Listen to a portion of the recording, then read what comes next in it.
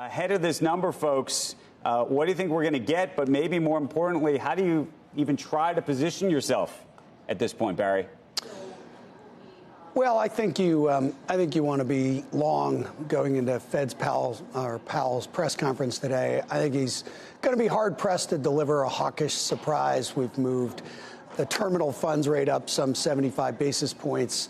10-year real rates, what I call the soft underbelly of the real or tips yield part of the yield curve, has moved up 100 plus basis points since the last meeting. So I think you want to be long, but the real reason I think you want to be long is not so much related to today's press conference. It's because the path from 8% CPI to 4% CPI is pretty clear.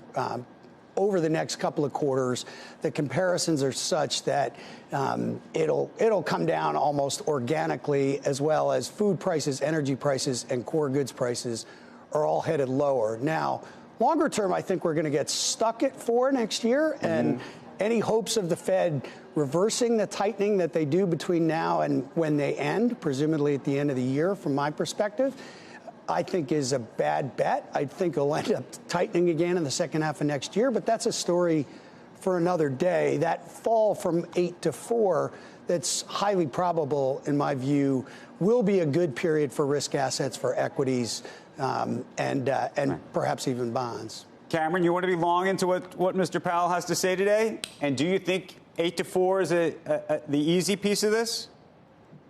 Well, for the first question, I think we probably shouldn't read too much into a one-day reaction to the Fed meeting, because we've seen big one-day reactions, be they up or down, and have them completely reverse the next day and the following days after.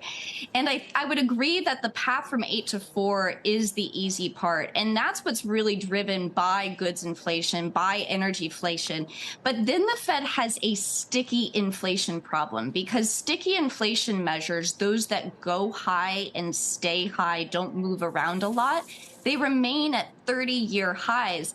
And a lot of that is because of services inflation. And that's what's really driving the month-over-month inflation increase that we saw in August. And that's all because of the labor market.